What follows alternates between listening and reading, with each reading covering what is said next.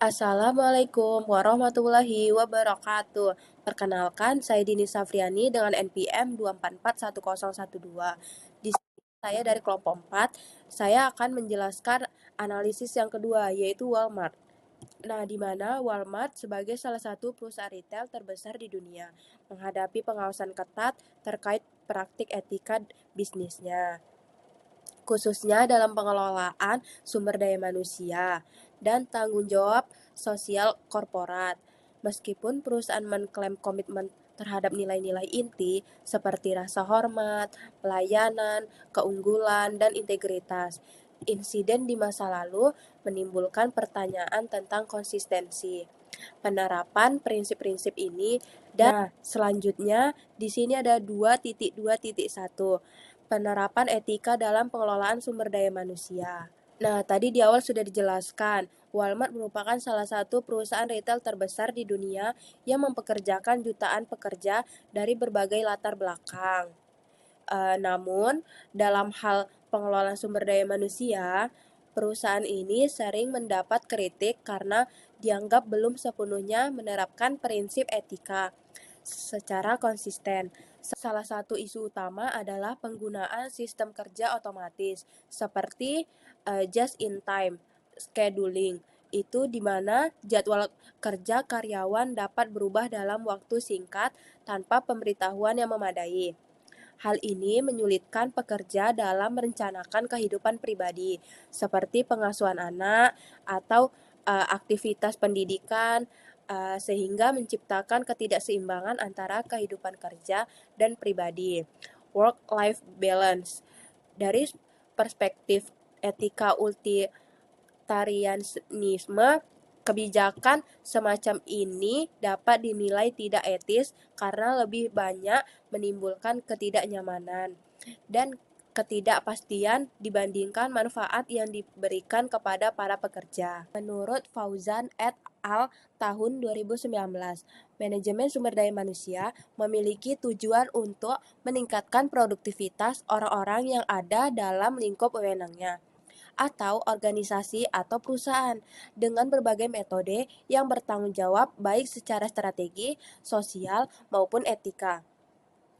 Pernyataan ini menekankan bahwa pengelolaan sumber daya manusia tidak boleh hanya berorientasi pada efisiensi dan keuntungan ekonomi, tetapi juga harus memperhatikan tanggung jawab moral dan kesejahteraan pekerja.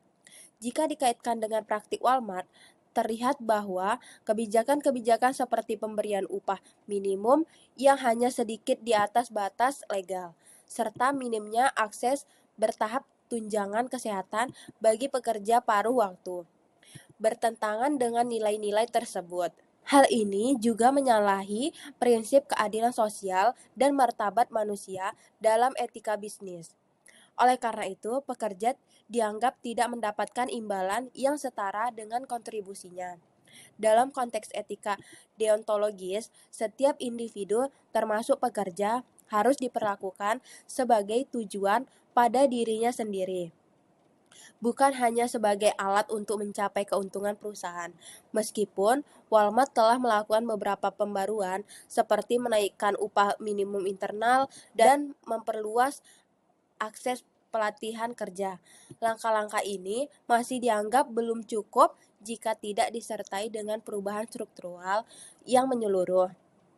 Oleh karena itu, penerapan etika dalam pengelolaan sumber daya manusia di Walmart perlu lebih mengedepankan nilai-nilai kemanusiaan, transparansi, dan keberlanjutan hubungan kerja. Surajio dan AMP Dika tahun 2024. 2.2.2 Isu diskriminasi pekerjaan dan praktik baik perusahaan. Dalam sejarah operasionalnya, Walmart pernah menghadapi beberapa gugatan hukum terkait diskriminasi berbasis gender dan ras. Salah satu kasus terbesar terjadi pada awal tahun 2000-an ketika Walmart digugat atas tuduhan tidak memberikan kesempatan promosi yang setara kepada pekerja perempuan dibandingkan dengan rekan laki-lakinya. Dalam analisis etika, praktik diskriminasi semacam ini bertentangan dengan prinsip etika keadilan dan kesetaraan yang menuntut perlakuan yang adil tanpa memandang latar belakang individu. Menurut Mondi dan AMP Martocchio tahun 2016, diskriminasi dalam dunia kerja tidak hanya melanggar etika, tetapi juga berpotensi menurunkan motivasi kerja dan menimbulkan konflik laten dalam organisasi.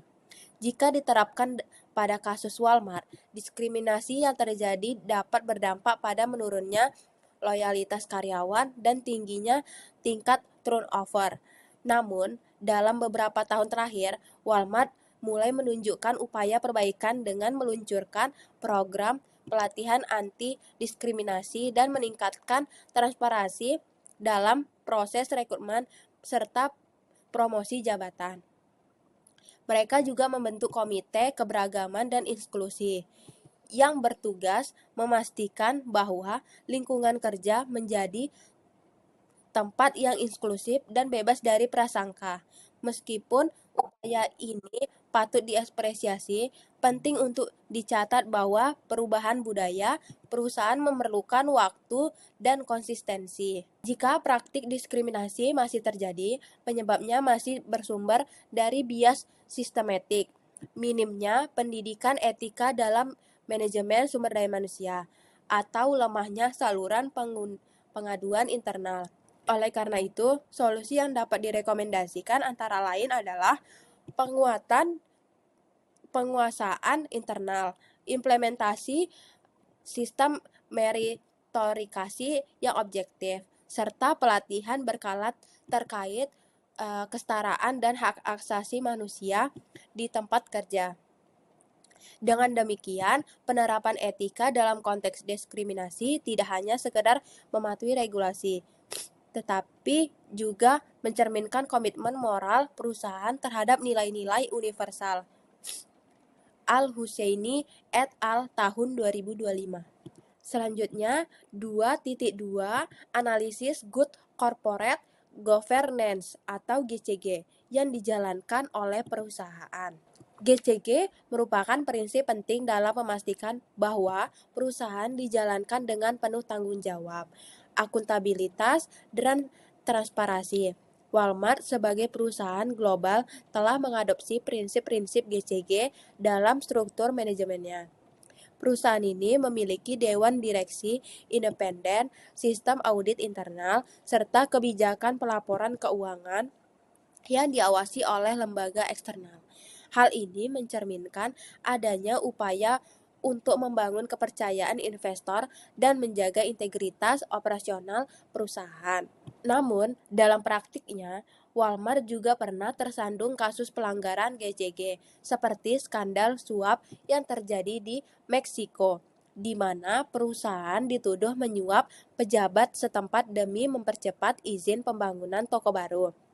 Kasus ini menunjukkan bahwa meskipun struktur GCG telah diterapkan secara formal, pelaksanaannya belum tentu berjalan secara efektif di semua lini dan di wilayah operasional.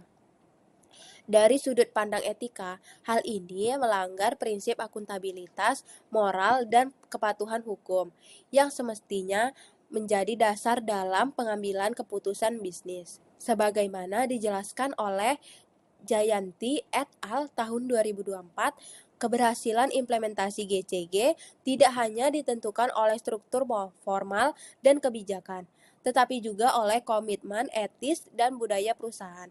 Oleh karena itu, untuk memperkuat implementasi GCG, Walmart disarankan untuk memperbaiki pelaporan pelanggaran, memperketat pengawasan lintas negara, dan memperkuat kode etik perusahaan agar dapat menjadi acuan yang jelas dalam pengambilan keputusan yang etis.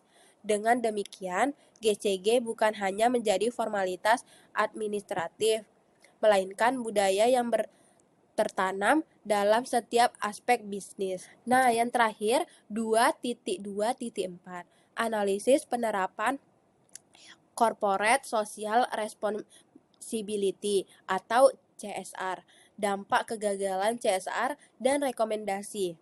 Nah, Walmart telah melakukan berbagai inisiatif CSR yang melibatkan bidang sosial dan lingkungan, seperti program bantuan makanan bagi masyarakat miskin, investasi dalam energi terbarukan, serta program pelantikan kerja bagi komunitas lokal. Di atas kertas, komitmen CSR Walmart tampak kuat dan mencerminkan upaya perusahaan dalam menjalankan tanggung jawab sosialnya terhadap masyarakat dan lingkungan. Namun, dalam praktiknya, banyak pihak menilai bahwa program-program CSR Walmart masih belum sebanding dengan dampak negatif yang dihasilkan dari ekspansi bisnis mereka, terutama terhadap pekerja lokal dan usaha kecil yang tidak mampu bersaing. Jika Walmart mengabaikan pelaksanaan CSR secara konsisten dan hanya menjadikan sebagai alat pencitraan, maka perusahaan beresiko kehilangan legitimasi sosial. Hal ini dapat berdampak pada penurunan kepercayaan konsumen, konflik sosial dan komunitas sekitar, serta reputasi yang memburuk di mata investor dan mitra bisnis. Menurut Nayanggita et al. Tahun 2019, perusahaan yang mengintegrasikan nilai-nilai etika dalam praktik CSR tidak hanya menciptakan dampak sosial positif, tetapi juga memperkuat posisi kompetitif perusahaan dalam jangka panjang.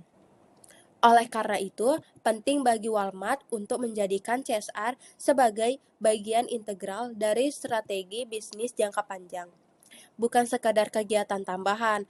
Rekomendasi yang dapat diberikan antara lain yaitu meningkatkan partisipasi komunitas dalam perencanaan program CSR, memperluas program pemberdayaan UMKM lokal, serta meningkatkan transparansi laporan dampak sosial dan lingkungan secara berkala.